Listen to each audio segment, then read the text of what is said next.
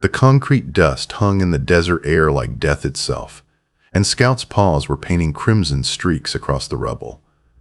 18 hours had passed since his mother was entombed beneath a crushing mass of cement, and the young German shepherd, barely 8 months old, clawed relentlessly at the debris. His small paws, torn and bloodied, moved with the frantic urgency of a fading pulse. Whimper, scrape, pant, repeat. The coarse concrete blended with his blood, forming a grim sludge beneath his paws, yet he pressed on, undeterred. The Phoenix night had cooled to a bearable 85 degrees, but Scout's trembling came not from the chill but from sheer exhaustion and dread. Somewhere below, in the suffocating dark, Dakota was fighting to survive, her air dwindling, her time slipping away, held only by her Max son's Sullivan's prosthetic devotion. leg glinted faintly under the moonlight as he approached, his own hands raw from hours of futile digging. He knew some bonds outlasted stone, but this puppy's fierce loyalty might cost them everything. Leave a like and share your thoughts in the comments along with the city you're watching from. Now, let's dive deeper into the story. 6 months prior, Max Sullivan was a shadow of the man he'd once been. He diffused bombs with unshaking hands and calculated structural stresses with ease, earning the respect of his Marine unit in Afghanistan. That was before an explosion claimed his left leg, leaving him with shattered bones and a purple heart that felt more like a curse than an honor. At 28, he lived in a battered Airstream trailer at Desert Wind's mobile community, just beyond Phoenix's sprawl.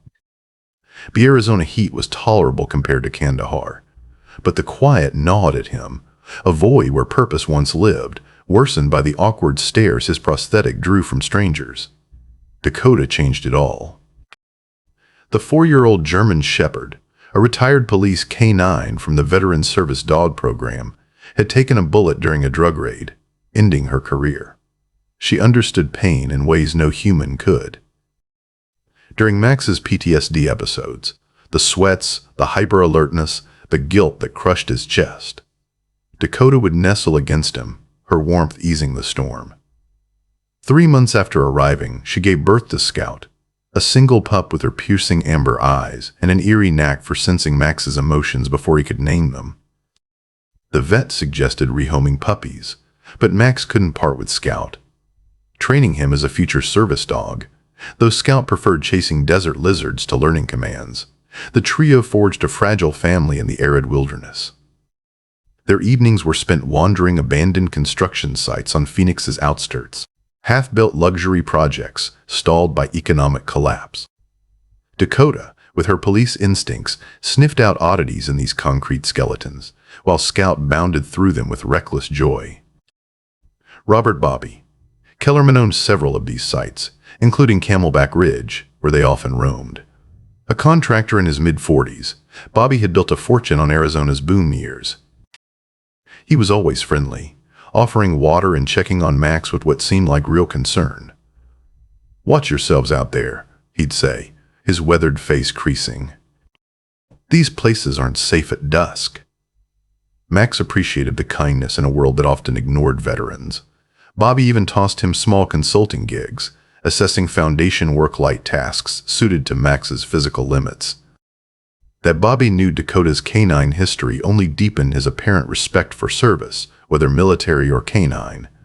But Max didn't see the darkness behind Bobby's warmth, a grief so profound it had warped into something sinister. A father's love, twisted by loss, had turned into a vendetta, and Dakota, with her decorated past, had unknowingly become its target. That fateful evening began like any other. The sun dipped behind Camelback Mountain, casting the sky in hues of copper and ochre that stirred memories of better days for Max. He fastened Dakota's service vest, clipped Scout's training leash, and headed for their usual loop through Camelback Ridge. The unfinished condos stood like jagged bones against the twilight, their exposed rebar and open trenches stark in the fading light. Dakota was on edge, her ears alert, nose twitching as they neared the site. Scout, oblivious, chased a lizard toward a tangle of scaffolding and concrete forms, his puppy energy lighting up the gloom. Max's lips twitched into a rare smile, the Dakota's tension, Her stiff posture, her focused gaze, should have warned him. A concrete mixer churned in the distance, its low rumble typical for late-night work to dodge the day's heat. But seeing Bobby himself at the controls was odd. A man of his wealth didn't usually operate heavy machinery. "Evening, Max," Bobby called, his tone as warm as ever. "Fine night for a stroll." "Mind the equipment." Dakota's low growl cut through the air, her fur bristling as she fixed on Bobby with an intensity that woke Max's old combat instincts. But Scout had wandered too close to a shaky scaffold, his curiosity pulling him toward danger. The collapse unfolded like a nightmare in slow motion. Metal screeched as the scaffold gave way, sending concrete blocks and rebar crashing toward Scout. Dakota reacted instantly, her police training kicking in. She hurled herself forward, shoving her son out of harm's way and into a sand pile. But she wasn't quick enough to save herself. A massive slab pinned her against a foundation wall just as Bobby's mixer lurched, spilling a flood of wet concrete over her. "No!" Max's scream ripped through the dusk as he stumbled toward the gray tide swallowing Dakota. His prosthetic snagged on rebar, sending him sprawling, but he clawed forward, hands tearing on jagged debris.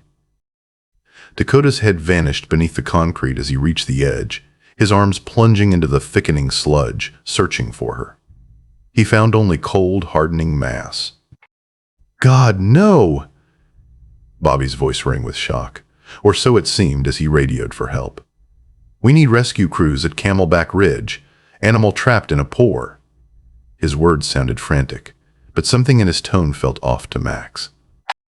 Scout, undaunted, was already digging where his mother had disappeared, his tiny claws scraping with a ferocity that tore at Max's heart. If an 8-month-old pup wouldn't quit, neither could he.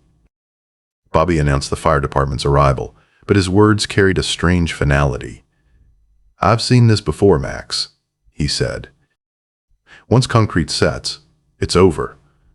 Max's engineering mind raced. Concrete set in 2030 minutes in this heat, maybe less. If Dakota had an air pocket, there was a chance. The fire crew arrived but offered little hope. "We don't have the gear for this," the captain said, his voice heavy with regret. "Disturbing the slab could cause more collapse." "The kindest thing might be." "No," Max snapped, his tone forged in combat. "She's alive, and we're getting her out."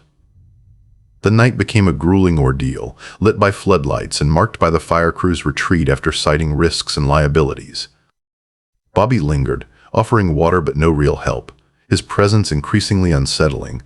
His glances at his watch, his rehearsed excuses about insurance and equipment, grated on Max's nerves.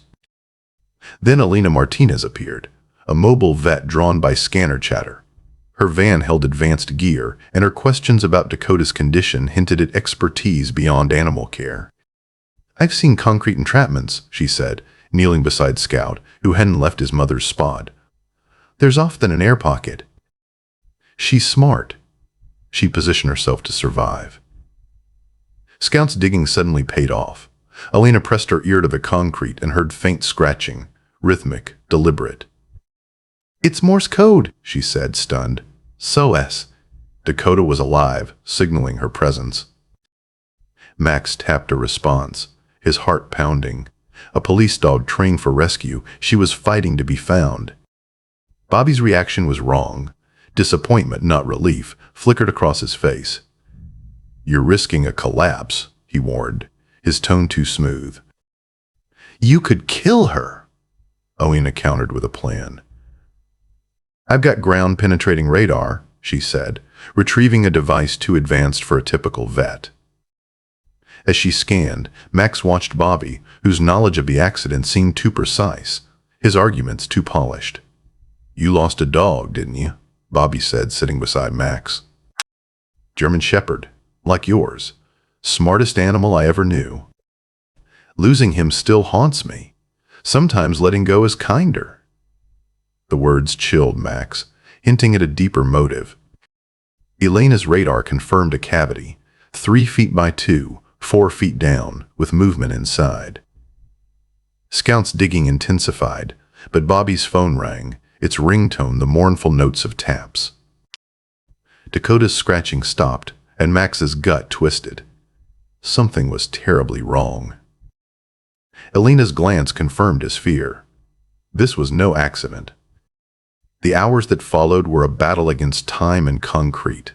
Bobby's behavior grew erratic, his absences and vague updates sowing doubt. Elena's tools carved away at the slab, but her story began to unravel. She knew too much about concrete, asked too much about Dakota's canine history. "You're not just a vet," Max said during a break. Elena hesitated. "I'm what I need to be tonight." Dakota's not the first canine in a trap like this. 4 dogs in 18 months, all at construction sites, all ruled accidents. The FBI doesn't buy that kind of coincidence. Max's anger flared. "You used my dog as bait? We needed proof," Elena admitted. "Suspicion isn't enough." Before Max could respond, Bobby returned, his tone sharp. "Getting heated over here?" His posture had shifted, predatory, alert. Elena's radar beeped. "The cavity's collapsing," she said. "We're out of time." Bobby's faint smirk betrayed him. Max saw it, and the truth hit. This was murder, not misfortune. Scout's barking turned ferocious, aimed at Bobby. "Smart pup," Bobby said, his voice cold. "Knows what's happening, just like his mother did." He stepped closer, a glint of metal in his pocket. "My boy Tyler was smart too. 16, honor student, gunned down because of her." "Tyler Kellerman," Elena whispered, piecing it together. "The Tucson drug bust." Bobby's grief erupted into rage. One joint, one mistake, and your damn dog sniffed it out. Led to a search, a shootout, and my boy dead. Max's blood froze. Dakota had triggered the chain that ended Tyler's life. Bobby's revenge was personal, meticulous. He was running, Bobby spat, hand on his weapon. A scared kid, and they shot him like an animal. So their dogs pay the same price. Elena's hand edged toward her holster, but Bobby was faster. Scout, sensing the threat, lunged, knocking Bobby off balance. A gunshot shattered a floodlight, sparks raining down. Elena drew her weapon. "Federal agent, drop it!" Bobby, consumed by vengeance, aimed at Scout. Max dove, sweeping the pup aside, taking the bullet in his shoulder. The impact destabilized the slab, cracks spreading. Elena fired twice, dropping Bobby, but the damage was done. The foundation was failing.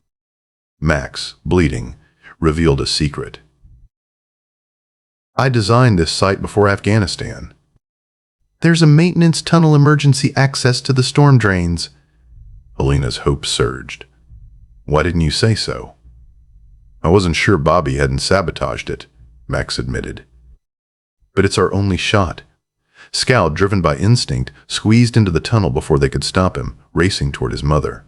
Elena followed, crawling through the flooded, debris-filled passage. She found Scout at a gap in the concrete, where Dakota lay, barely alive, her body pinned but her eyes fierce. "Dakota!" Elena whispered. The dog's gaze held pain, but also purpose. An evidence bag, pressed against her chest, contained a badge number and documents. Not Tyler's arrest record, but proof he'd been a police informant, working with Dakota's unit to expose drug operations. Bobby had targeted her for protecting his son, not condemning him. Above, Bobby's accomplices, led by Tyler's uncle, prepared to collapse the site with a jackhammer. Elena radioed Max, who was struggling through the tunnel despite his injuries. "They're bringing it down," she warned. Dakota, sensing the end, pushed Scout toward the gap with her last strength, her eyes commanding Elena to save him and the evidence. Scout resisted, but obeyed, letting Elena pull him free. Max opened a hidden access panel leading to a storm drain escape route, too narrow for Dakota. As they fled, Dakota's expression was calm. She'd saved her son and preserved the truth. The site collapsed behind them, burying Bobby's accomplices and their crimes. Emerging 3 blocks away, Elena clutched the evidence, Scout trembling against her. 6 months later, Elena stood outside Loyal Heart Service Dogs, Max's nonprofit born from tragedy. Scout, now a certified therapy dog, worked with veterans, his empathy forged in loss. Max, healing from his wounds, had built a haven for broken souls, Bobby's conspiracy, human and leading to 17 men together across 4 states. Tyler had been a hero, not a victim, working to stop his father's drug-laundering empire. His death was a betrayal by Bobby, who'd orchestrated the ambush that killed him. At Scout's graduation, a memorial honored Dakota, Canine Hero. She shielded the innocent in life and death, her legacy saving countless lives. Thomas Kellerman, Bobby's uninvolved brother, attended, offering support and funding to expand the nonprofit. Tyler would have been proud, he said. As the sun set, Elena and Max walked the facility, Scout bounding nearby. Did Dakota know her sacrifice would build this? Elena asked. Max paused. She knew saving Scout was right. The rest? That's what happens when you choose love over despair. Scout's loyalty had saved them, proving love could break through concrete. The nonprofit wasn't just about therapy. It was a community where pain became purpose. Share your thoughts. Have you found purpose after loss? How has helping others healed you? Comment below. Your story might inspire someone today.